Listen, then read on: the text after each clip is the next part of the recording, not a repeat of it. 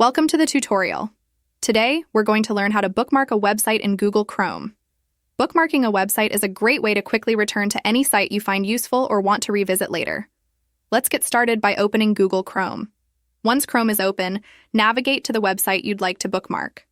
When you're on the page, simply click on the star icon in the address bar. A dialog box will appear where you can name the bookmark if you'd like to customize it. By default, Chrome suggests a suitable name, but feel free to change it. If you want to organize your bookmarks, you can also choose a folder to store this bookmark. However, if you'd rather keep it simple, just click the Done button, and your bookmark will be saved. You'll notice that the star icon now glows, indicating that the page has been bookmarked.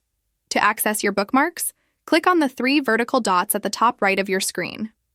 Hover over the Bookmarks option and then select Show All Bookmarks. Here you can see your saved bookmarks. You can even organize them by creating folders, or manage them with options like Edit, Delete, or Open in a new tab, window, or incognito mode. And that's it. You've successfully bookmarked your favorite website. If you found this video helpful, please like, comment, and share it. And don't forget to subscribe to our channel. Thanks for watching, and have a great day.